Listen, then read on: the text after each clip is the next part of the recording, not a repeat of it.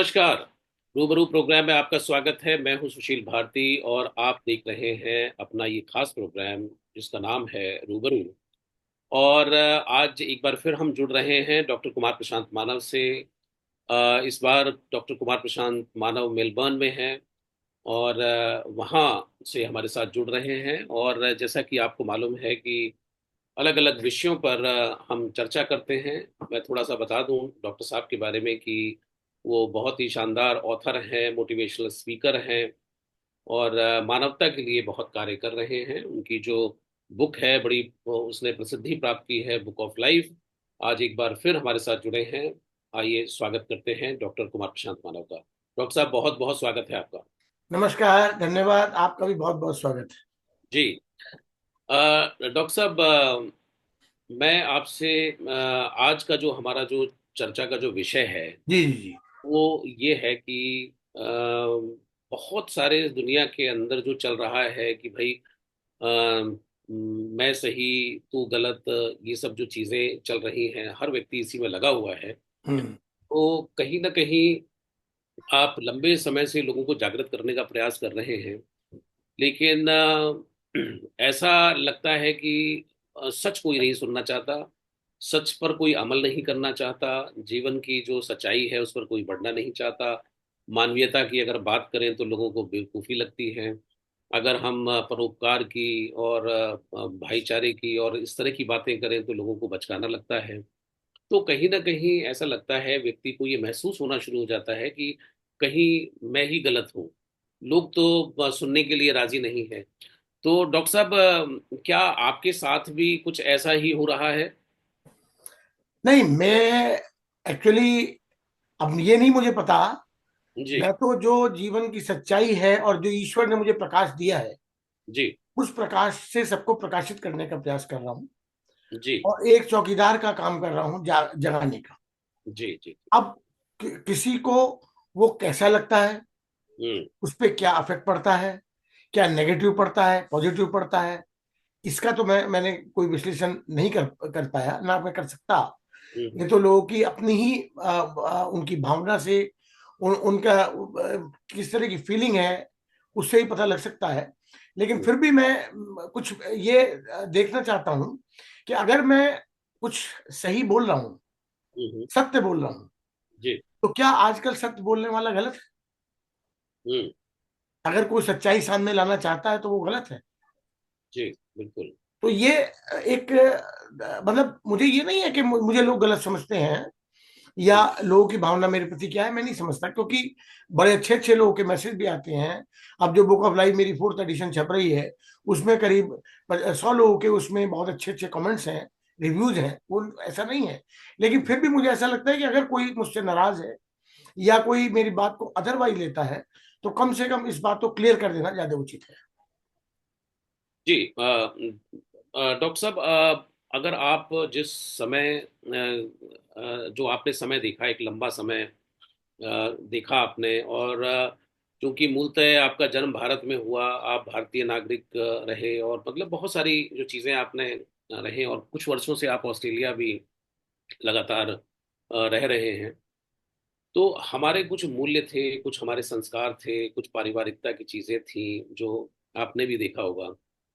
तो सबसे बड़ी बात यह है कि आज जो भी हमारे मूल्य थे कि जिसमें दया, करुणा, परोपकार, ईमानदारी, भाईचारा, यानी नैतिकता, ये सारी जो चीजें हैं वो कहीं ना कहीं बैकफुट पे जाकर के बैठ गई हैं।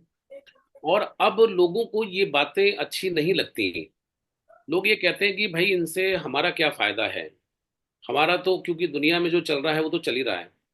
तो डॉक्टर कुमार प्रशांत मानव कुछ समझाना चाहते हैं, तो वो शायद इस वजह से समझना नहीं चाहते। उनकी अंतरात्मा तो जानती है कि डॉक्टर साहब जो कह रहे हैं वो बिल्कुल ठीक कह रहे हैं, लेकिन वो उस बात को समझना नहीं चाहते कि उनको ऐसा लगता है कि मेरा काम नहीं चलेगा।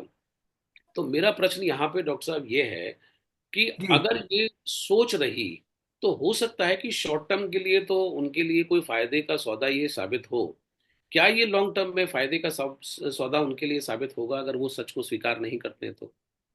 देखिए, सबसे बड़ी बात यह है, अगर कोई सच्चाई को स्वीकार नहीं करता जी। तो वो भटक रहा है। जी।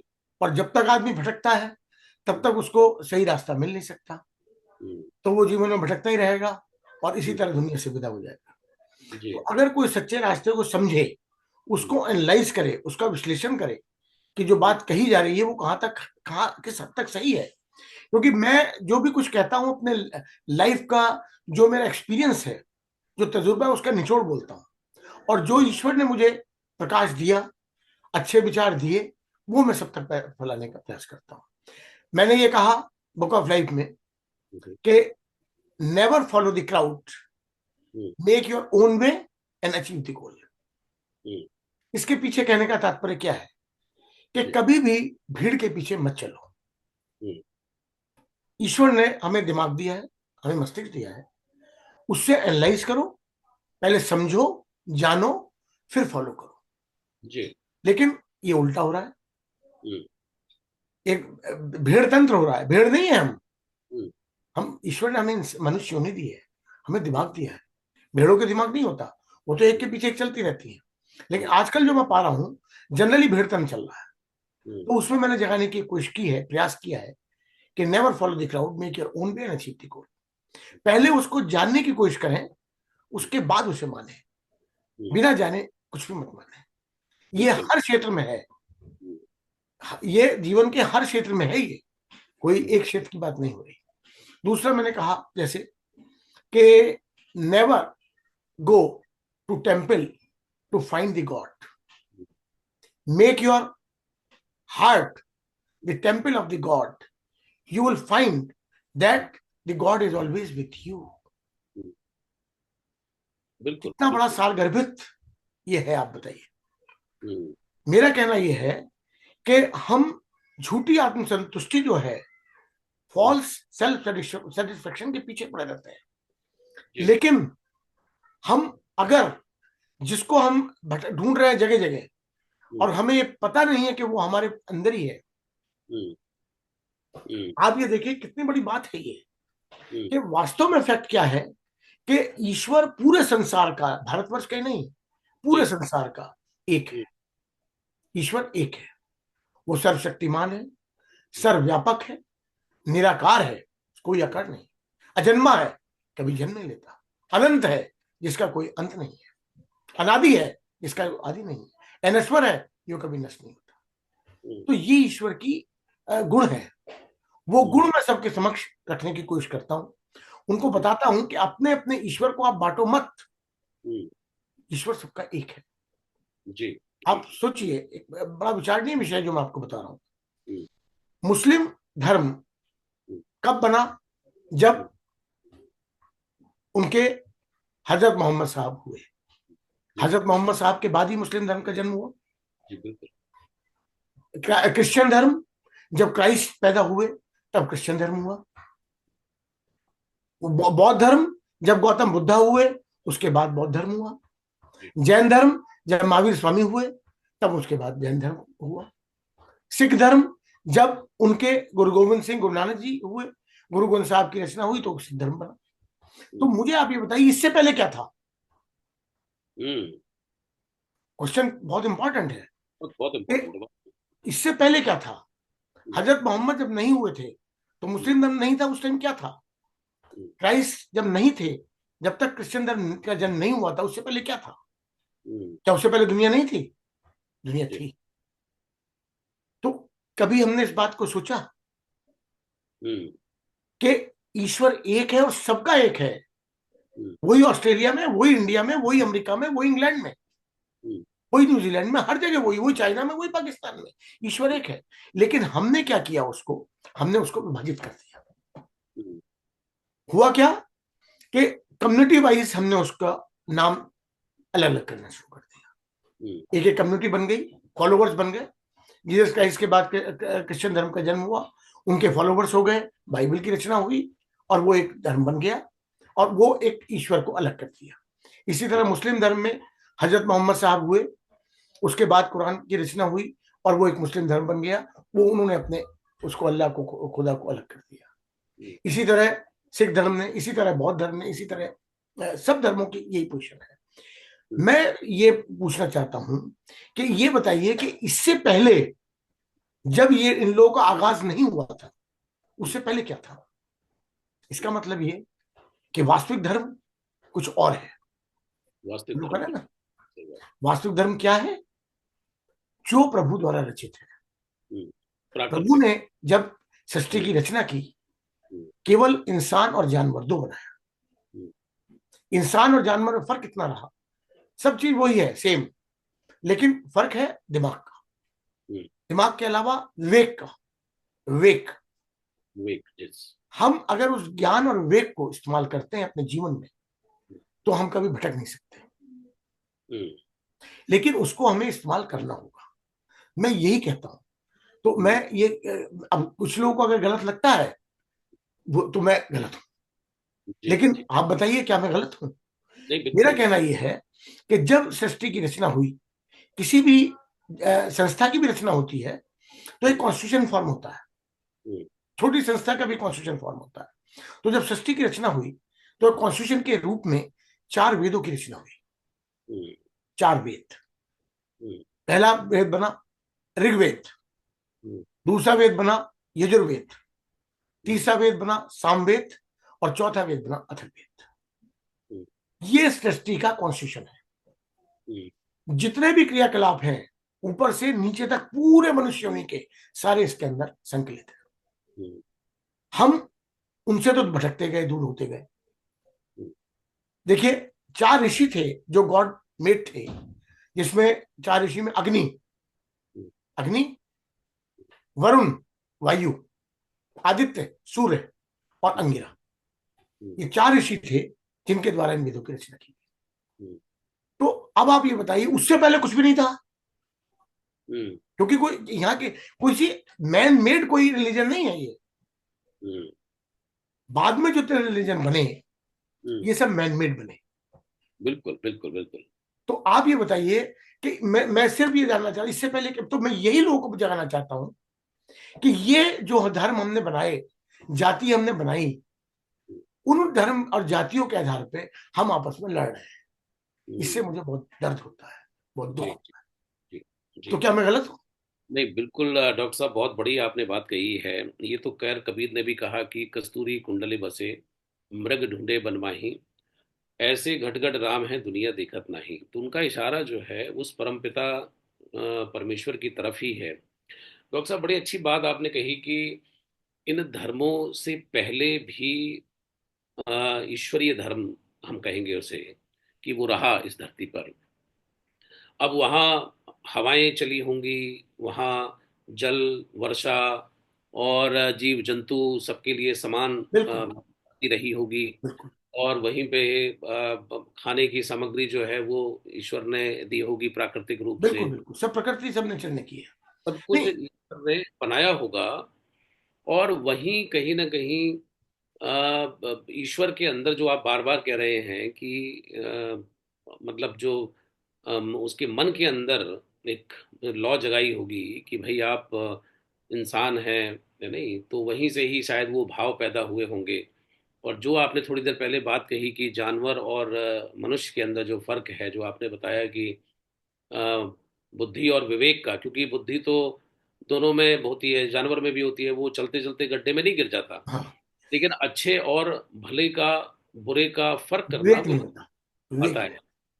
तो क्या डॉक्टर साहब आप ये कह रहे हैं कि मनुष्य जो है, जो प्राकृतिक संरचना है ईश्वर की, या प्राकृतिक जो धर्म है या दैवी धर्म है, ईश्वर धर्म है, तो उससे मनुष्य कट गया है क्या? हाँ, उससे बिल्कुल अलग हो गया। वो धर्म तो अलग हो गया, इनके धर्म अपने बनाए हुए सब अलग हो गए। वो प्रमुख हो गया, वो गौण हो गया। और उन धर्मों में फिर कुछ बातें ऐसी ऐसी लिखी गई कि वो एक दूसरे से नफरत, हम्म, एक दूसरे को काटना। हम्म, अब जितने भी युद्ध होते हैं, जितने क्यों होते हैं? अगर उसमें मानवता नहीं है कहीं भी। अपने मानवता अपने। केवल एक कम्युनिटी का वो नहीं है कि केवल हिंदू ही मानवता को बिलीव करें, या मुस्लिम कम्युनिटी मानवता को बिलीव करे, या क्रिश्चियन कम्युनिटी मानवता को बिलीव करे, या सिख कम्युनिटी। मानवता सबके लिए सार्वभौमिक है, यूनिवर्सल है। तो हम्म, अगर हम मानवता को याद रखेंगे, मेरा हमेशा ही उद्देश्य रहा है, हम्म, मैं हमेशा ह्यूमनिटी के ऊपर बोलता हूं। जो मुझे डॉक्टरेट मिली है अमेरिका से, उसका भी यही सब्जेक्ट है, जो उसका वो है, हेडिंग है, वो यही है कि ग्लोबल ह्यूमैनिटेरियन सर्विस। हम्म। तो मैं केवल ये बताना चाहता हूं कि आप ह्यूमन बीइंग हैं पहले। हम्म। ये जाति धर्म में विभाजित मत होइए, ईश्वर एक है, सबका है। मुझे आप एक बताइए कि मेरे 4 बेटे हैं भाई जी में, ठीक हम्म। है? चारों बेटे आपस में बड़े प्यार से रहते हैं, एक दूसरे का सम्मान करते हैं, एक दूसरे का आदर करते हैं, एक दूसरे की भावनाओं का ख्याल करते हैं, एक दूसरे के वक्त पे काम आते हैं। तो मैं कितना खुश होऊंगा, होऊंगा? और अगर वो चारों बेटे आपस में लड़ते हैं, झगड़ते हैं, मारते हैं, पीटते हैं, और एक कलह का वातावरण बनाए रखते हैं, तो क्या मैं खुश होऊंगा? नहीं होगा ना। अब आप ये क्यों नहीं सोचते कि हम सब ईश्वर की संतानें हैं? जब हम आपस में लड़ते हैं अपने ही स्वरित धर्म और जाति के बिना पर, तो वो कितना दुखी होगा। और हम उसको सुखी करने के लिए विभिन्न तरह की प्रपंच रच रहे हैं, ढोंगर पाखंड के पीछे पड़े हुए। मतलब डॉक्टर साहब आप ये कह रहे हैं कि ईश्वर को अपनी तरीके से हम चला रहे हैं, यस। कि भाई तुम हमारे हिसाब से चलो, हम तुम्हारे हिसाब से बस। तो चल लिए, अब आप हमारे हिसाब से तो चलिए। ईश्वर कितना नाराज है। मैं ये कहता हूं कि हर इंसान के हृदय में ईश्वर का वास होता है। आप ये देखिए, कभी भी कोई आदमी शुरू में गलत काम करेगा तो उसकी अंतरात्मा की एक आवाज आती है जी। कि नहीं, गलत है, मत कर। हम्म। आती है, हर एक की आती है, कोई इससे अनभिज्ञ नहीं होगा। हम्म। तो वही आवाज ईश्वर की है। ईश्वर आपके अंदर है, हम्म। लेकिन आप उसकी बात को अनसुना करके हम्म। अपने हिसाब से आप अपना जीवन यापन शुरू कर देते हैं। वो आवाज धीरे धीरे बंद हो जाती है। जी बिल्कुल बिल्कुल। मेरे कहने का मतलब ये है, मैंने कहा make your heart the hmm. Temple of the God. कितना बहुत बड़ी बात है ये हम्म। गागर में सागर है। अपने हृदय को अगर आपने ईश्वर का मंदिर बना लिया, तो आपको तो कहीं भटकने की जरूरत ही नहीं है। और आप से ज्यादा सच्चा इंसान कोई हो ही नहीं सकता फिर। लेकिन ईश्वर को आप हृदय में कब बैठा पाएंगे? जब आप अपने हृदय को साफ करेंगे। सब। उसमें जो कूड़ा भरा हुआ है आपका, मैं हमेशा से कहता रहा हूं, ईर्ष्या, द्वेष, जलन, झूठ, मक्कारी, प्राउड, ईगो, इस तरह का कूड़ा आपने उसमें भरा हुआ है। तो आप ये समझते हैं कि आपको ईश्वर के वहां दर्शन हो जाएंगे? या हम्म। उस भरे हुए बर्तन में जिसमें कूड़ा भरा हुआ है, ईश्वर की कृपा आ जाएगी? कभी नहीं। जी बिल्कुल बिल्कुल। इसीलिए उस किसी को एहसास नहीं हो पाता प्रभु का। बिल्कुल इसीलिए मेरी बात पे लोग बिलीव नहीं कर पाते। इसलिए मैं गलत हूं। बिल्कुल। डॉक्टर साहब आपकी बातचीत से मुझे ऐसा लगता है कि जैसे बार बार कबीर का स्मरण हो जाता है, कि कबीर ने ये भी कहा कि बुरा जो देखन मैं चला, बुरा न मिलिया कोय, जो दिल खोजा आप ना मुझसे बुरा न कोय। तो कबीर के भी विचार बड़े क्रांतिकारी थे, और आज से 500 वर्ष पहले वो ये बात उन्होंने कहा कि भाई जो है, अगर आप एक उंगली उठाते हैं तो 4 उंगली आपकी तरफ उठती हैं। तो आप अपना आत्मावलोकन, अपना इंट्रोस्पेक्शन करिए। लेकिन डॉक्टर साहब आज जो स्थिति है वो ये है कि हर व्यक्ति सही है अपने तरीके से, वो मानने के लिए राजी नहीं है कि मैं कहीं भी गलत हूं। अगर हर व्यक्ति ही सही है तो फिर गलत क्या है, गलत क्या है? कौन है? ये भी बहुत बड़ा सवाल है। बहुत बड़ा सवाल है। अच्छा, आप ये देखिए कि जिस तरह हिरण की नाभि में कस्तूरी होती है, जी। और वो उस कस्तूरी की सुगंध को दर जी। दर जंगल जंगल ढूंढता फिरता है कहां से आ रही है उसको, लेकिन ये पता नहीं है कि सुगंध उसकी नाभि में स्थित कस्तूरी से आ रही है। जी। उसी तरह से इंसान है कि वो भटक रहा है, दर दर भटक रहा है हम्म। ईश्वर को प्राप्त करने के लिए, उसकी कृपा प्राप्त करने के लिए, उससे मांगता है। अरे मैं कहता हूं उससे मांगने की कोई आवश्यकता ही नहीं है यार आपको। आप उस जो चीज आप मांगते हो उसको पता है, क्योंकि वो अंतर्यामी है, उसे सब पता है आपको क्या चाहिए। लेकिन आपको उसका पात्र बनना पड़ेगा। हम्म। आप जब तक उसके पात्र नहीं बनेंगे, वो आपको कैसे चीज मिलेगी? एक छोटी सी नौकरी है, एक नौकरी के लिए इंटरव्यू के लिए बच्चा जाता है, और वो उस नौकरी के लिए पात्र नहीं है, तो क्या उसको नौकरी मिल जाएगी? बिल्कुल नहीं मिलेगा, सही बात। जो जो क्वालिफिकेशन है, हम्म। जो एक्सपीरियंस वो चाहते हैं, उसके बाद नहीं है तो मिल जाएगी। तो जब एक छोटी सी नौकरी नहीं मिल सकती हम्म। पात्र बने हुए, तो आपको कैसे सब कुछ मिल सकता है? हर आदमी चाहता है कि मुझे सुख मिले, हर आदमी चाहता है मुझे समृद्धि मिले, हर आदमी चाहता है मुझे खुशी मिले, खूब धन दौलत संपदा हो, हर हम्म। चीज चारों तरफ मेरा नाम हो, हम्म। मैं पॉपुलर हूं। लेकिन अब मांगता हूं ईश्वर से सुबह शाम उसकी आरती करके। मैं इस बात को गलत करता हूं। मैं कहता हूं किसी की आरती गाने से आपको कुछ नहीं मिलने वाला। आज हम रामचंद्र जी, जो बड़े महान योगी, बड़े महान आत्मा, बड़े महान पुरुषोत्तम रहे, उनको, उनसे पहले वो नहीं थे। राम से पहले कौन था? ये राजा हरिश्चंद्र से चली आ रही है पीढ़ी, सतयुग से। राम हुए द्वापर में, त्रेता में, फिर उसके बाद कृष्ण हुए। तो इनसे पहले कोई नहीं था। लेकिन आज हम इनकी आरती गा के ही अपने आप को ये आत्मसंतुष्टि कर लेते हैं कि हमें सब कुछ मिल गया। मेरा ये कहना है कि आरती गाने से किसी को कुछ नहीं मिलता। आप खाना खाना कह दो, आपका पेट भर जाएगा? नहीं भरेगा। आप पानी पानी कह दो, आपकी प्यास बुझ जाएगी? नहीं बुझेगी। तो हम उसी के पीछे लगे हुए हैं। मैं ये कहता हूं कि हम उनके जो आदर्श हैं, उनके जो जीवन के मूल्य हैं, उनको हम अपने जीवन में ढालें, अपने जीवन में अवतरित करें, तभी हमें उससे कुछ फायदा हो सकता है। तो मैं गलत हूं? बिल्कुल। डॉक्टर साहब, क्या आपको वजह लगती है कि एक मासिक जो है, मतलब 90% लोग जो हैं, 10% फिर भी मैं स्पेयर करता हूँ कि लोग रास्ते पर हैं, लेकिन 90% लोग जो है वो, अगर मैं भारत के संदर्भ में ही बात करूं, तो सबका यही है कि कोई भी मानने के लिए तैयार नहीं है, कोई भी झुकने के लिए तैयार नहीं है, कोई भी मतलब अच्छी बात स्वीकार करने के लिए तैयार नहीं है। बस उसको लगता है कि किसी भी तरीके से बस वो एक हंगामे में है। ये चीज जो है, इसकी जड़ क्या है? कहाँ से ये उपज रही है चीज? कहाँ से इतना ज्यादा क्रोध, गुस्सा और ये सारी जो चीजें, लोभ लालच, कहाँ से पैदा हो रही है सभी चीजें? ये वंशानुगत है। जैसे जैसे हमारी पीढ़ी आगे चलती गई, लोग बाग स्वार्थ पैदा होता गया, और भावनाएं पैदा, लालच पैदा होता गया, एक ईर्ष्या द्वेष पैदा होता गया। आज आदमी अपने दुख से दुखी नहीं है, आज आदमी दूसरे के सुख से दुखी है। कितनी हम्म, बड़ी बात है, कितनी गलत बात है। हम्म, अरे, आप ये सोचो कि आदमी को वही मिल सकता है जो वो बोता है। मैं हमेशा कहता हूँ इस बात को। Do the best, get the best, plan the best, harvest the best. अपना जो मनुष्य का जीवन है, ये सिर्फ कर्म के ऊपर आधारित है। कर्म के हिसाब से ही अगले जन्म का भाग्य निर्धारित होता है। जब तक आप अच्छे कर्म नहीं करोगे, हम्म, तब तक आपको कुछ नहीं मिलने वाला। मिर्च के बीज बोए हैं आपने, और उस पेड़ पे आप चाहते हो आम लग जाए, वो पॉसिबल नहीं है। हम्म, तो मैं गलत हूं। मैं जो ये बात कहता हूं तो मैं गलत हूं, हम्म, क्योंकि मैं जीवन की सच्चाई बोल रहा हूं, तो मैं गलत हूं। तो फिर तो मैं गलत हर है एक ही। से ये कहता हूं हम्म, कि हम रोज नहाते हैं हम्म, शरीर के गंदगी को साफ करने के लिए। जी, इसलिए तो नहाते हैं। अगर हम 10 दिन नहीं नहाएंगे तो कैसा लगेगा, बताइए? डेली नहाते हैं ना, शरीर के हम्म, मैल को साफ करने के लिए। लेकिन क्या हम कभी अपने आत्मा को नहलाते हैं, हम्म, उसकी गंदगी को साफ करते हैं, उसमें जो मैल है उसको साफ करते हैं? नहीं। मेरा कहना यह है कि जब आप जैसे खुद रोज नहाते हैं, आप अपनी आत्मा को के मैल को भी रोज साफ करिए। और उसका तरीका मैंने बताया, वो है सेल्फ रियलाइजेशन।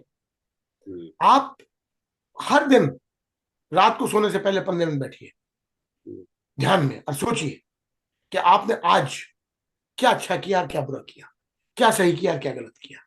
और ये पढ़ लीजिए, ये व्रत लीजिए। व्रत वो नहीं है कि आपने उसका व्रत कर लिया, सोमवार का व्रत कर लिया, मंगल का व्रत कर लिया। व्रत से क्या है कि मैं आज से कोई गलत काम नहीं करूंगा।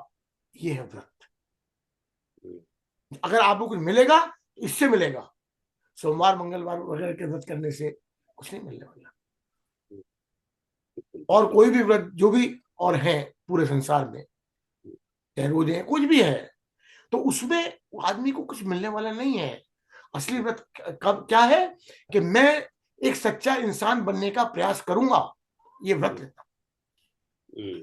मैं कोई भी गलत काम नहीं करूंगा, चाहे मुझे कुछ भी लालच हो, चाहे मुझे कुछ भी दिया जाए, लेकिन मैं गलत काम नहीं करूंगा। ये है व्रत।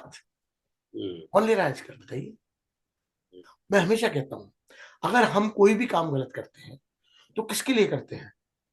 अपने परिवार के लिए, अपने बीवी बच्चों के लिए। लेकिन कभी हमने सोचा है कि अगर हम कोई गलत काम कर रहे हैं, और गलत काम कर भ्रष्टाचार कर रहे हैं, कोई गलत काम करके हम पैसा ला रहे हैं, और उसी के लिए कि हम अपने फैमिली को हम अच्छी तरह से सोसाइटी में ऊंची में उठ बैठ सकें, एक सोशल स्टेटस दिखा सकें, संपत्ति बना सकें आने बच्चों के आने वाले पीढ़ी के लिए। लेकिन जो काम आप कर रहे हैं उसको परिवार का कोई सदस्य नहीं देगा, वो तो आपको ही भुगतना है। तो आप ये बात सोचिए कि जो मैं करूंगा किसी के लिए भी करूंगा तो वो उसका जो वो है मुझे ही मिलना है रिजल्ट। हम्म, लेकिन ये आदमी को पता नहीं है, बिल्कुल बिल्कुल। क्योंकि जब तक आदमी संसार में मोह माया ममता सब चलती है, लेकिन जब चला गया सब चीज खत्म हो गई। बिल्कुल क्या गया? जो आपने किया। बिल्कुल बिल्कुल। तो उसके प्रति आदमी सचेत नहीं है। हम्म, ये मैं कहता हूं तो मैं गलत हूं? बिल्कुल। बताइए। आप कैसे अपनी जैसे शरीर को नहलाते हैं, साबुन से साफ करते हैं मैल से, तो वो हम्म, साबुन क्या है? वो साबुन है हमारा स्व अध्ययन, अपने बारे में स्व चिंतन, बिल्कुल सेल्फ रियलाइजेशन। जब तक हम 15 मिनट उसको नहीं करेंगे, उस साबुन का प्रयोग नहीं करेंगे, तब तक हमारी आत्मा साफ नहीं हो सकती। आत्मा साफ नहीं हो सकती तो आप देख लीजिए कि आप 10 दिन बिना नहाए रहेंगे, आपकी क्या स्थिति बनेगी। बिल्कुल वही स्थिति हमारे साथ हो रही है। मैं बिल्कुल। गलत हूं? अगर मैं ये कह रहा हूं तो मैं गलत हूं? हम्म। डॉक्टर साहब, आप जो भी बात कर रहे हैं वो एक संकल्प की बात है कि व्यक्ति को अगर जीवन में कुछ भी करना, चाहे व्रत हो, चाहे जो भी कुछ उनको अच्छा काम करना है, अनुशासन जीवन के अंदर होना चाहिए। बहुत सारी बातें जो हैं अच्छी बातें उनको अपनानी चाहिए, और उसको उसका जीवन एक संकल्पित जीवन होना चाहिए। जैसे माननीय प्रधानमंत्री जी ने भी शुरू किया था कि भाई संकल्प से सिद्धि तक, कि अगर संकल्प नहीं होगा तो सिद्धि कैसे होगी।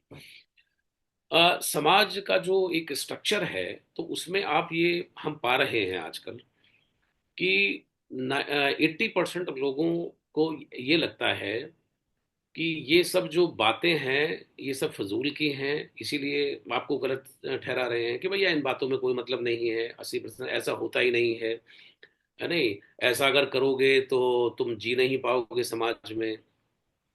अच्छा, 10% ऐसे हैं लोग कि जो अ, मतलब 10 में से एक व्यक्ति या दो व्यक्ति ऐसे हैं कि जो सही जीवन के रास्ते पर चलने की कोशिश करते हैं। तो अब क्या है कि उनको जो सही रास्ते पर चलने की कोशिश कर रहे हैं, तो उनके मार्ग को, उनके उनके कार्यों को, उनके कर्मों को इतना कठिन बना देते हैं उनके, कि भाई उनको चलने के लिए पल पग पग पर बाधाएं जो हैं वो पैदा कर दी जाती हैं।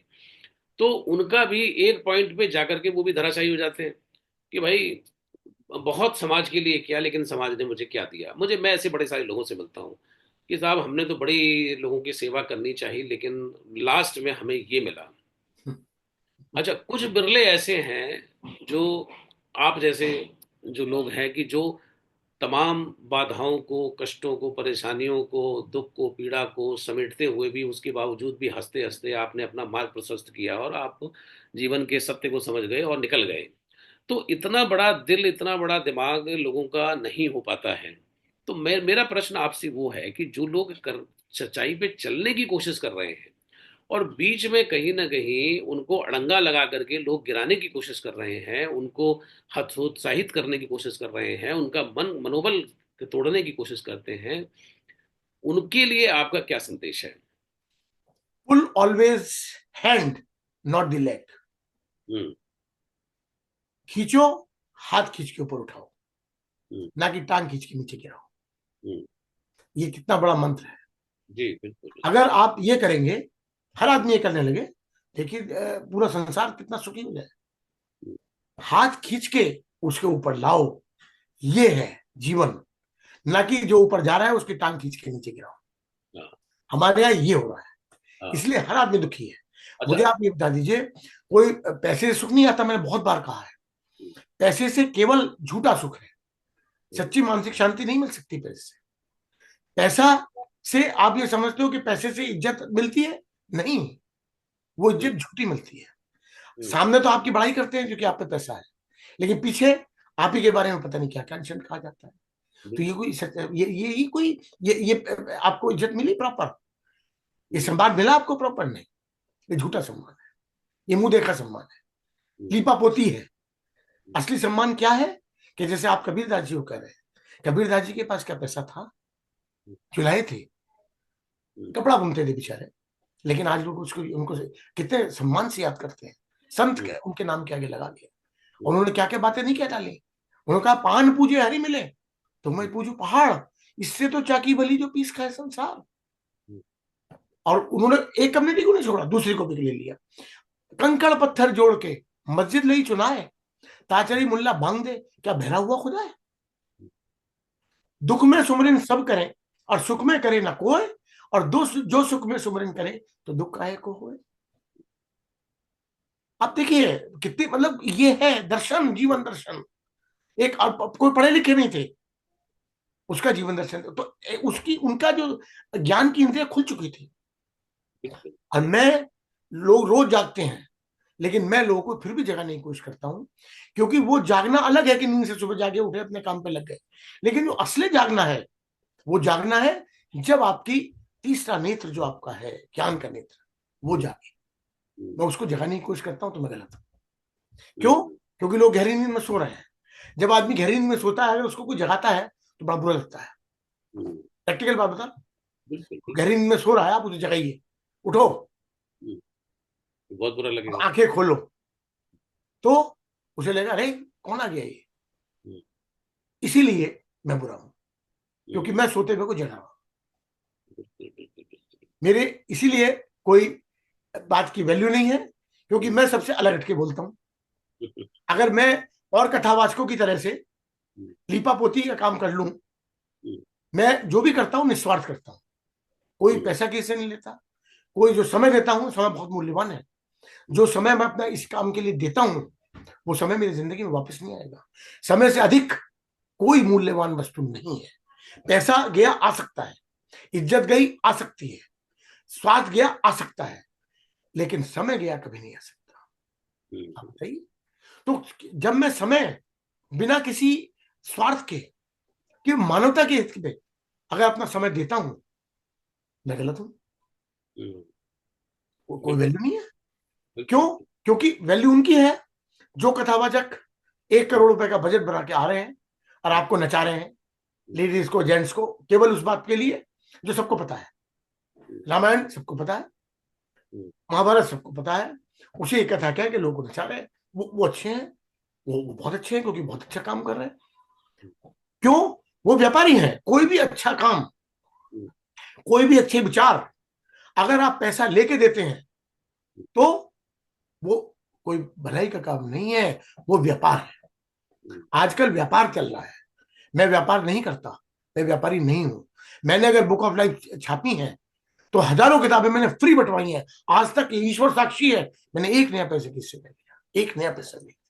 किताब मामूली ऐसे नहीं छपती।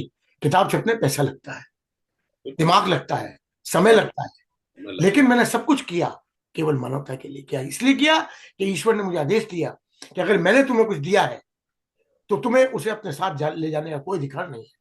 तुम उसको सबके साथ बांटो। वही बिल्कुल मैं काम कर रहा हूं, तो मैं गलत हूं। बिल्कुल। डॉक्टर साहब, आपने कथावाचकों की बात कही। कथावाचक आते हैं, भव्य पंडाल सजाया जाता है, और नाच गाना जैसे कि आपने कहा है, और पता नहीं कितने, माफ कीजिएगा, मतलब हम लोग नेशनल चैनल पर हैं कि बड़े सारे, मुझे तो लगता है कि भगवान कृष्ण के नाम पर पता नहीं कितने मोरों का वध कर दिया जाता होगा, उनका जो वो बनाया जाता है। तो मैं तो अक्सर बैठ करके कई बार जाता हूँ तो यही सोचता रहता हूँ। तो ये सारी की सारी जो चीजें हैं, तो उनमें कहीं ना कहीं कथावाचकों के मुख से कुछ ऐसी कथाएं और कुछ ऐसे चमत्कार पब्लिक में बताए जाते हैं कि लोग उन चमत्कारों में विश्वास करना शुरू कर देते हैं।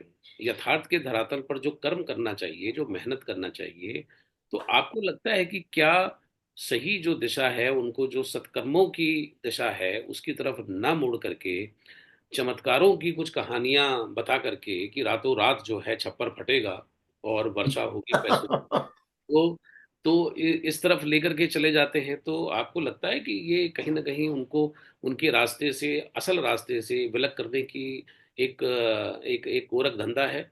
नहीं नहीं, हो चुके हैं सब विलग। हम्म, फैक्ट क्या है कि कोई भी आदमी कुछ कर्म करने के लिए तो कुछ करना पड़ता है ना।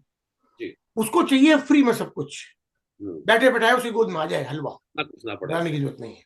हम्म, तो इसलिए वो ये जो कथावाचक है ये व्यापारी है, ये आदमी की भावना को समझते हैं, ताड़ते हैं कि भाई इन्हें तो चमत्कार चाहिए, बिना कुछ किए सब कुछ मिल जाए। तो हम्म, वो रास्ता वो उनको झूठा बताना शुरू कर देते हैं। हम्म, और मदारी की तरह कुछ जैसे जादूगर के पास आर्ट तो होती है, हम्म, अभी वो जादूगर होता है। मैजिशियन सच्चाई में कुछ नहीं होता, देखिए अब आप, मैजिशियन होता है, मैजिक दिखाता है, आप आंखें फटी की फटी लोग की रह जाती हैं कौतूहल बस, अरे ऐसा कैसे हो गया। लेकिन क्या वो सत्य होता है? नहीं, भ्रम है। हम्म, वही पोजीशन सेम यहाँ चल रही है। चमत्कार कभी नहीं होते, हर हम्म, चीज को पाने के लिए कुछ खोना पड़ता है। हम्म, कभी ऐसा नहीं होता कि आपको गले में आए और झोली में सब कुछ पड़ जाए, कभी नहीं हम्म, होता। अगर ऐसा हो तो कोई घर से बाहर ही नहीं निकले, कमाने क्यों जाएगा, क्यों हम्म, जॉब करेगा, क्यों व्यापार करेगा, उसे तो घर बैठे सब कुछ मिल जाएगा। यही चाहते हैं लोग। मैं कहता हूं कि गलत है, मैं गलत हूं, क्योंकि मैं कहता हूं कि गलत है, कर्म जी, करो तब कुछ हम्म, बनेगा। लेकिन कर्म करने के लिए कोई तैयार नहीं है, नहीं। उनको चाहिए छोटा राह, शॉर्टकट। हम्म, उनको ये नहीं चाहिए कि हम राम का चरित्र, राम के आदर्श अपने जीवन में स्थापित करें। उनको सिर्फ ये छोटा सा रास्ता चाहिए, शॉर्टकट, कि राम मंदिर में गए और राम की आरती गाली और अपना फूल मालाएं अर्पित कर दी, और जो भी पूजा जो इन्होंने पंडों ने पाखंड रचाया हुआ है उसको पूरा कर लिया, और बस हमारी तो काम हो गया। जी, मैं किसी की भावना को ठेस नहीं पहुंचाना चाहता, मैं किसी की आस्था को ठेस नहीं पहुंचाना चाहता। मैं, कुंभ स्नान हुआ, 66 करोड़ लोगों ने स्नान किया, लेकिन मुझे एक बात बताइए, मुझे कितना दुख है अंदर से, लोग बागों को कितनी मतलब समझ नहीं आता, कितना भटकाव है कि हम्म, कुंभ नहाने से सारे पाप धुल जाते हैं। कभी नहीं हम्म, हो सकता। Question does not arise. Hmm, आपने जो किया है ईश्वर चाहे तो वो भी माफ नहीं कर सकता, क्योंकि वो हम्म, न्यायप्रिय है। हम्म, जो किया उसका तो फल भोगना ही पड़ेगा, हम्म, चाहे आप हजारों कुंभ नहा लो। ये मैंने कहा तो मैं गलत हूं? बिल्कुल, राम की आरती गाने से मैंने रोका? मैंने ये रोका नहीं, मैंने कहा कि ये ठीक नहीं है, आप राम का चरित्र अपने वो डालो, तो मैं गलत हूं? मुझे आप एक हम्म, बात बताइए, राम का एक छोटी सी उदाहरण देता हूं। उनको हम्म, अगले साल, अगले दिन राज सिंहासन मिल जाता। हम्म, पहले दिन दशरथ जी ने बुलाया उनके पिताजी ने कि बेटा जाओ 14 साल के लिए वनों में जाओ। हम्म, अगले दिन राज तिलक होना था। बोले क्यों? उन्होंने क्यों भी नहीं पूछा, उन्होंने हम्म, सिर्फ ये कहा क्योंकि मैंने तुम्हारी माता को वचन दिया था। और वो बिल्कुल बिना कुछ कहे, बिना कुछ सुने, और बिना किसी क्रोध के, बिना हम्म, किसी दुर्भाव के, और चुपचाप हंसते खेलते चले गए। हम्म, क्या आज जो हम इतने राम मंदिर में पूजा करने जाते हैं, इतना रामायण का पाठ हमारे घरों में होता है, किसी ने भी राम के चरित्र को, अपने आदर्श को अपने जीवन में ढालने की कोशिश की? आज अगर कोई पिता अपने पुत्र को बुलाए कहता है कि बेटा आओ, और उसको नेक्स्ट डे वो आईएएस ऑफिसर बनना है, पोस्टिंग होनी है उसकी, तो पहले दिन वो कहता है जाओ बेटा 14 साल के लिए बनो हो जाओ। गए क्यों पिताजी? बोले कि मैंने तुम्हारी बातों को वचन दिया है। तो वो कहेगा पिताजी या तो आपका दिमाग खराब हो गया, आप सठिया गए। अरे, अगर वचन दिया तो आप निभाओ, मुझसे क्या मतलब है? मुझे तो कल आईएएस की पोस्टिंग हो रही है मेरे तो, मैं उसको छोड़ के 14 साल के बनो चले जाऊं अपने कहने से? बताइए, है कोई? हम्म, दूसरा, लक्ष्मण जैसा भाई, जो बिना किसी कहे, किसी ने उसे नहीं कहा कि तुम भाई के साथ जाओ, हम्म, और वो भाई के साथ 14 साल के लिए बनो में ठोकरे खाता। कोई है आजकल ऐसा भाई? आजकल दो भाई आपस में एक प्लॉट के ऊपर झगड़ा लड़ते हैं, प्लॉट के ऊपर दुश्मन हो जाते क्या ही हो जाती है। हैं। भरत जैसा भाई, जिसको गले में झोली में राज मिल गया हलवे की तरह, हम्म, उसने अपने भाई की खड़ाऊ में सिंहासन पर रखकर 14 साल राज किया, और खुद सन्यासी की तरह, क्योंकि वो उसको पता था कि उसके भाई जमीन पर सोते हैं सन्यासी की तरह, वो सन्यासी की तरह जमीन पर सोया। है कोई ऐसा भाई? तो हम क्या सीख रहे हैं भाई? ये मैं जो कहता हूं मैं गलत हूं। हम्म, मैं इसलिए गलत हूं क्योंकि मैं ऐसी बात क्यों कहता हूं? हम्ग, मैं तो लोग बाग ये चाहते हैं हम जैसे हैं ऐसे रहेंगे, हम्ग, लेकिन हमें ऐसे रहते हुए भी सब कुछ मिलना चाहिए। तो जो हमें ऐसे रहते हुए सब कुछ दे रहा है, हम तो उसके पास जाएंगे, हम तुम्हारे पास क्यों आएंगे? तुम तो हमसे हमसे कुछ करने के लिए कह रहे हो, हम नहीं कर पाएंगे, इसलिए मैं गलत हूं। हमें बिल्कुल, तो ऐसा चाहिए जो जादू की छड़ी घुमाई और हमारे सब कुछ कष्ट दूर हो गए इंस्टेंट इंस्टेंट मिल गया हमें सब कुछ। इंस्टेंटली। जी, डॉक्टर साहब, एक फिल्म आई थी, तीसरी कसम, राज कपूर की पिक्चर थी, और मुकेश का एक बड़ा सुरीला गीत था उसमें। हाँ। और उसमें शैलेंद्र जो है गीतकार थे, तो हाँ, उन्होंने एक गाना लिखा था, सजन रे झूठ मत बोलो, ये खुदा गाना के बड़ा पास जाना है, ना हाथी है ना घोड़ा है, वहां पैदल ही जाना है। रनिंग गाना है।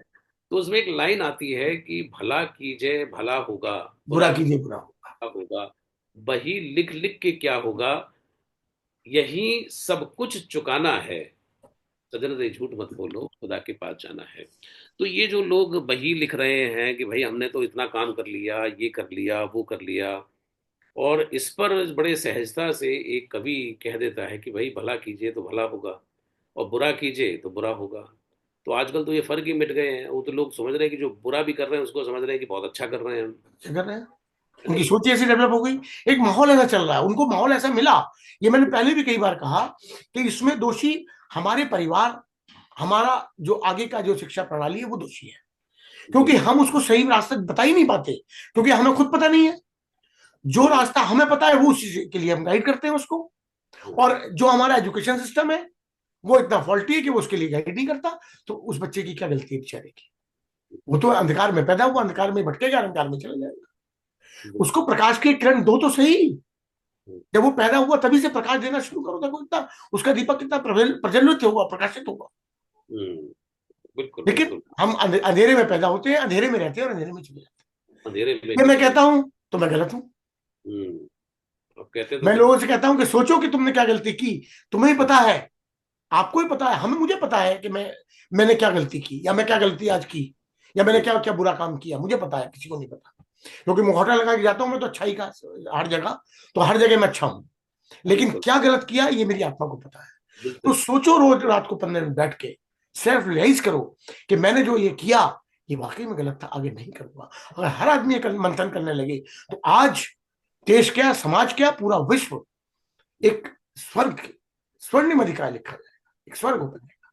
कोई किसी के बारे में कोई बुरा सोचेगा ही नहीं, कोई किसी ईर्ष्या द्वेष करेगा ही नहीं। हम्म, मानवता, इसीलिए मैं मानवता के पक्ष में हूँ। इसीलिए मैंने अपना नाम प्रशांत कुमार गोयल एडवोकेट से, हम्म, डॉक्टरेट मुझे अमेरिका से मिली तो डॉक्टर कुमार प्रशांत मानव हटाया, मैंने गोल हटा दिया। मैं जाति पाति बिलीव नहीं करता बिल्कुल। हम्म, मैंने लगाया मानव।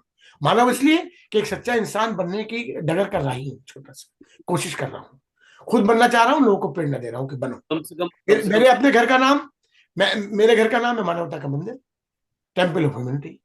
बहुत बढ़िया, तो बहुत मैं गलत हूँ, इसीलिए बिल्कुल। मैं गलत हूँ। डॉक्टर साहब, ये तो एक अनंत चर्चा है, लेकिन मैं आपसे एक अंतिम सवाल ये पूछना चाहता हूँ कि जो आपका व्यक्तित्व है, हम आपको बहुत पहले से देख रहे हैं, समझ रहे हैं, और मुझे ऐसा नहीं लगता आपको देख करके कि आप सोने का चम्मच मुंह में लेकर के पैदा हुए होंगे, या एक हम्बल बैकग्राउंड से आप आए, आपके पूर्वज उन्होंने तप तपस्या की होगी, यानी, और धीरे धीरे कहीं ना कहीं संस्कारों का एक रास्ता अपनाया होगा, और आप देश में भी सफल रहे, और आज विदेश, ऑस्ट्रेलिया में आप हैं, आपकी के बच्चे बहुत अच्छा कर रहे हैं वहाँ पे, और आप मानवता की सेवा में निरंतर कार्य भी कर रहे हैं। तो मुझे ऐसा लगता है कि एक परफेक्ट ह्यूमन बीइंग जो हो सकता है, जो एक पारिवारिकता को लेकर के, जो अपने संस्कारों को लेकर के, जो हमारी भारतीयता है, हमारी एक पहचान है, तो उसमें कहीं ना कहीं मुझे ऐसा लगता है कि आपका जो जो पूरा का पूरा व्यक्तित्व है वो परफेक्टली उसके अंदर दिखाई देता है। तो मैं आपसे ये जानना चाहता हूँ कि आपको भी जीवन में बहुत सारी लोग ऐसे मिले होंगे कि जिन्होंने आपको बरगलाने की कोशिश की होगी, माहौल ऐसा रहा होगा, कई ऐसी चीज़ों से आप निकले होंगे, कई चीज़ों को आपने डंप किया होगा, कई चुनौतियों का आपने सामना किया होगा, और उसके बाद जाकर के फिर आप उससे निकले होंगे।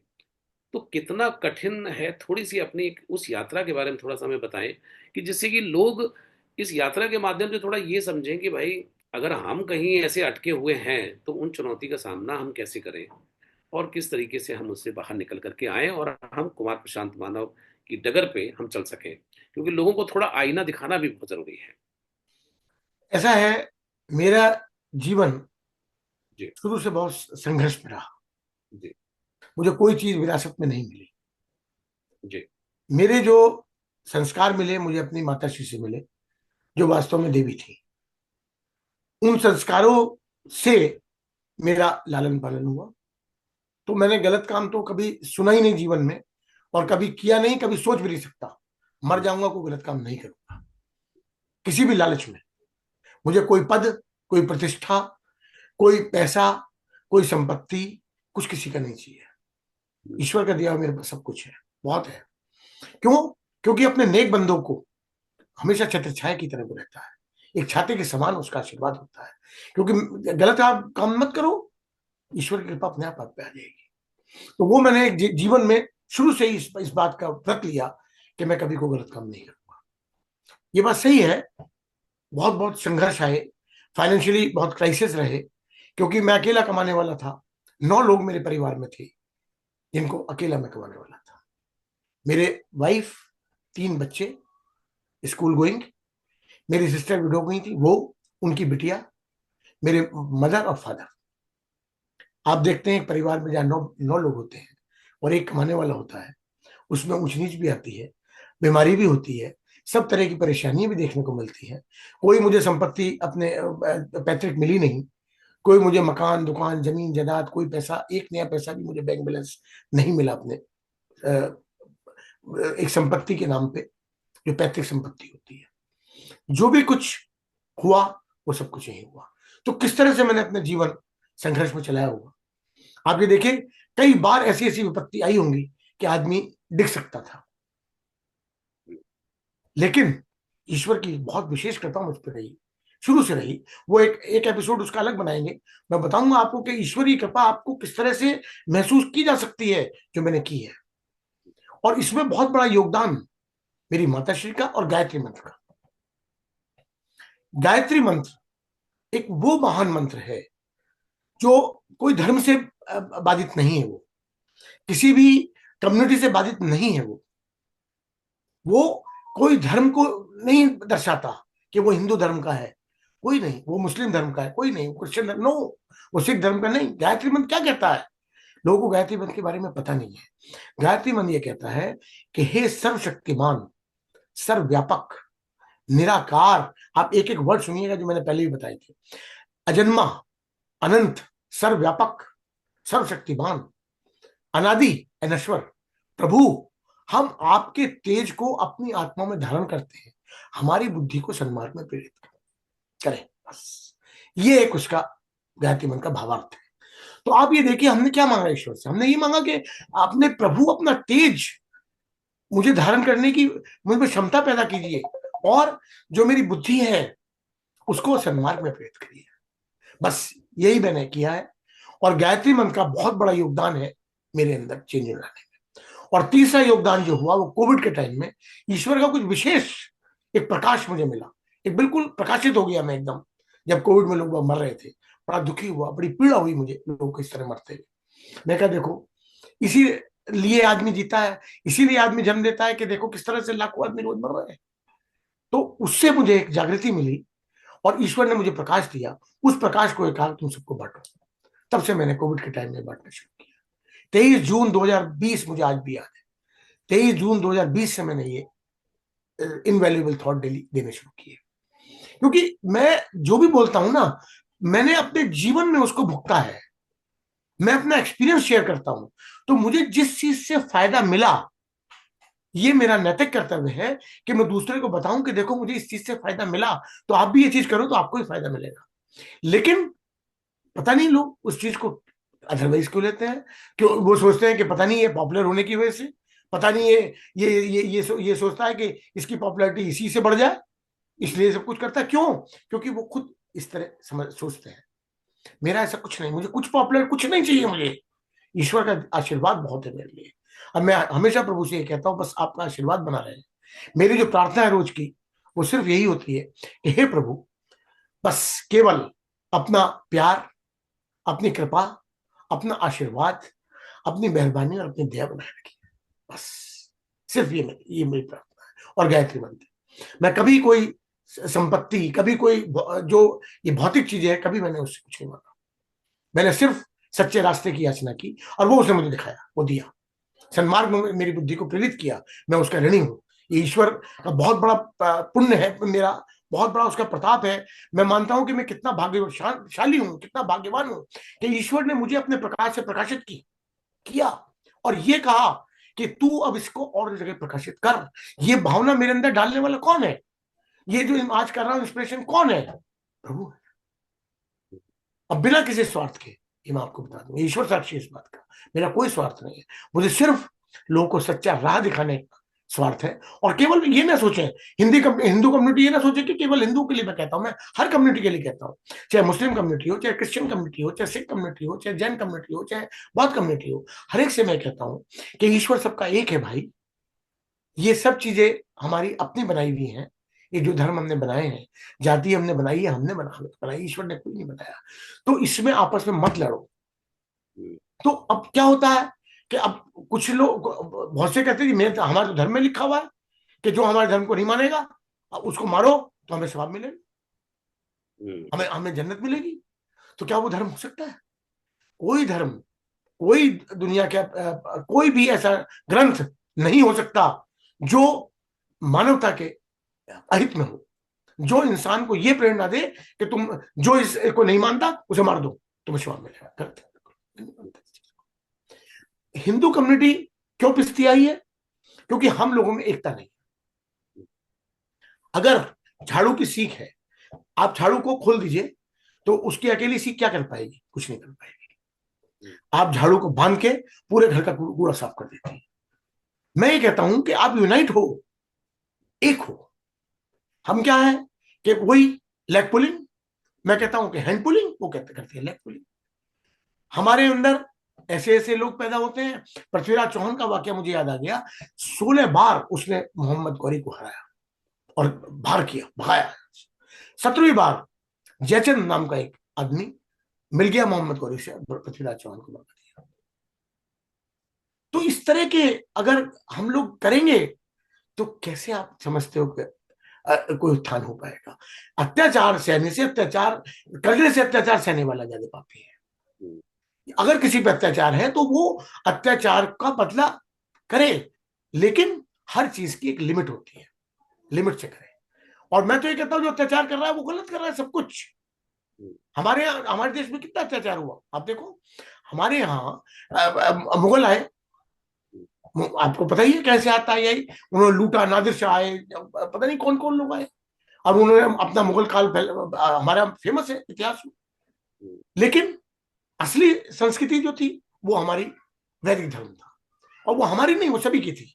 मैंने पहले ही सबसे शुरू में आपको बताया था कि ये सारी कम्युनिटीज के अपने अपने रिलीजन बाद में पैदा हुए, लेकिन हम उनके पीछे पड़ गए और असली धर्म को भूल गए। डॉक्टर साहब, आपकी पूरी जो जीवन यात्रा भी थोड़ी सी हमने समझी, और उसका मूल उद्देश्य यही था इस प्रश्न को करने का, कि लोग थोड़ा सा समझें कि ऐसा नहीं है, और बहाना ना लगाएं कि भाई हमें तो विरासत में कुछ नहीं मिला तो इसलिए हम ऐसे हैं, हमें तो किसी ने साथ नहीं दिया तो हम ऐसे हैं, हमें तो ये करना पड़ा। तो मुझे लगता है कि जितने भी सफल लोग हैं उन्होंने अपने कर्मठता से, मेहनत से, अपने सूझबूझ से, सद्बुद्धि से ही उन्होंने जीवन की एक रास्ता जो है अच्छा अपनाया है। और आप भी उनमें से एक हैं जो कि मानवता को लगातार जागृत करने का प्रयास कर रहे हैं। आप आज आपने हमारे दर्शकों की को बहुत अच्छे तरीके से बहुत सारी बातें बताई, आपने समझाया उनको, और अपने थोड़ा सा जीवन के बारे में भी परिचित कराया। क्योंकि बहुत सारे लोग ऐसे हैं कि वो ज्ञान तो बहुत देते हैं लेकिन स्वयं की उपलब्धियां उनकी कुछ नहीं होती हैं। तो आपका ये बोलना, करके बोलना, निश्चित रूप से मायने रखता है। और अगर इसके बावजूद भी कोई व्यक्ति ना समझे तो उससे बड़ा महामूर्ख कोई नहीं है मेरी निगाह में। तो आपका बहुत बहुत शुक्रिया, बहुत बहुत मैं धन्यवाद कि आज। इसमें एक बात ऐड करना चाहूंगा जो आपने कही कि जो आदमी बोलता है, अगर वो आदमी अपने जीवन में उतार ले तो सारी समस्या खत्म हो जाए। पहले अपने जीवन में उतारे, अब फिर उस बात को अपने मुंह से निकाले, तो जीवन की सबकी पूरी समस्या का समाधान है। एक जी। छोटी सी मुझे यह बात याद है कि एक सन्यासी थे, वो उनके बारे में फेमस था कि जो मुंह से कह देंगे वो हो जाएगा। तो वो एक गांव में पहुंचे तो भीड़ इकट्ठी हो गई, सब अपने अपने प्रश्न लेके आ गए। एक बूढ़ी माँ थी, वो अपने बच्चे से बड़ी परेशान थी। वो ये कहती थी कि मेरा बच्चा मीठा बहुत खाता है, और मीठे खाने से हेल्थ भी खराब होती है, दांत भी खराब होते हैं, और ये बात मानता नहीं है। तो मैं तो पड़ोसी ने कहा कि अरे सन्यासी आए हैं, उनके पास जा, वो जब ये कह देंगे मीठा खाना छोड़ दे, छोड़ देगा। तो बोले, अच्छा वेरी गुड। वो पहुंचे सन्यासी जी के पास। उनका सन्यासी जी, संत मुझे सिर्फ एक आपका वो चाहिए। बोले बताओ माँ क्या चाहिए। मेरे बेटा मीठा बहुत खाता है, इससे इसकी सेहत खराब हो रही है, दांत खराब हो रहे हैं, सब कुछ। आप सिर्फ अपने मुंह से मुखार बिन से कह दीजिए कि बेटा मीठा खाना बुरी बात है, ये सेहत के लिए हानिकारक है, बंद कर दो, तो ये बंद कर देगा। तो उसने कहा कि बता, ऐसा नहीं, आप 15 दिन बाद आना। मुझे बड़ा ताज्जुब हुआ कि एक लाइन कहने के लिए मुझे 15 दिन बाद बुला रहा है। खैर कोई चली गई वो, भाई क्या करती, उसके हाथ में तो कुछ था नहीं। फिर 15 दिन बाद पहुंची, तो उनका सन्यासी जी बोले कि नहीं माता, 15 दिन बाद आना। तो उसे अब की बार बड़ा अचंभा हुआ कि ये बात कहने के लिए मुझे ये फिर 15 दिन के लिए भेज रहे हैं। तीसरी बार भी ऐसे ही हुआ, फिर उन्होंने कहा 15 दिन बाद आना।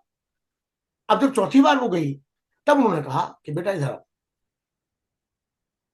बेटा मीठा खाना बहुत बुरी बात है, सेहत के लिए बहुत हानिकारक है, और इसको छोड़ दो।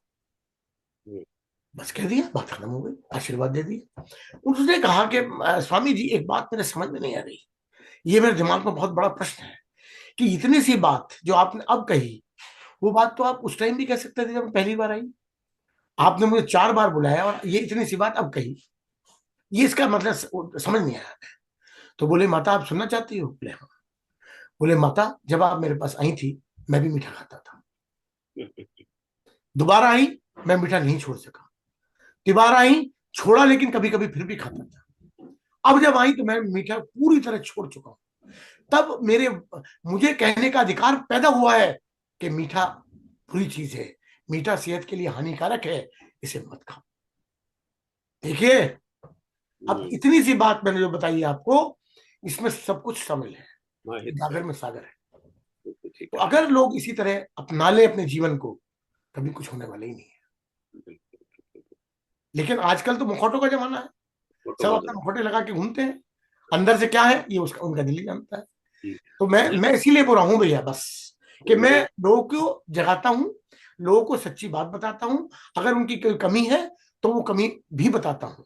बिल्कुल। मैं ये कहता हूँ कि बड़ा हुआ तो क्या हुआ, जैसे पेड़ खजूर, पंथी को छाया नहीं, फल लगे दूर, हम्म, निंदक नियरे राखिए, आंगन कुटी छवाए, तन मन सब निर्मल करे, पके अनियान।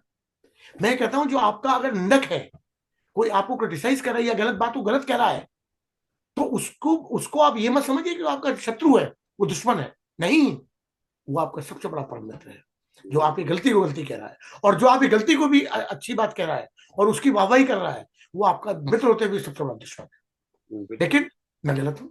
हम्म, कड़वी दवाई जो है लोग पीना नहीं चाहते, जिससे कि, और अगर रोग है तो फिर कड़वी दवाई तो पीनी पड़ेगी, और वो कड़वी दवाई अगर आप पिलाते हैं तो इसीलिए आप बुरे हैं।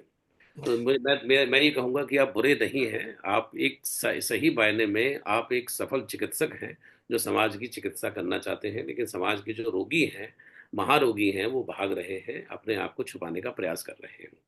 तो डॉक्टर साहब आपका बहुत बहुत शुक्रिया, बहुत बहुत धन्यवाद कि आपने अपने दिल की बात हमसे शेयर की, और हमारे दर्शकों को आज आपने काफ़ी कुछ अपने ज्ञान से लाभान्वित किया। बहुत बहुत शुक्रिया।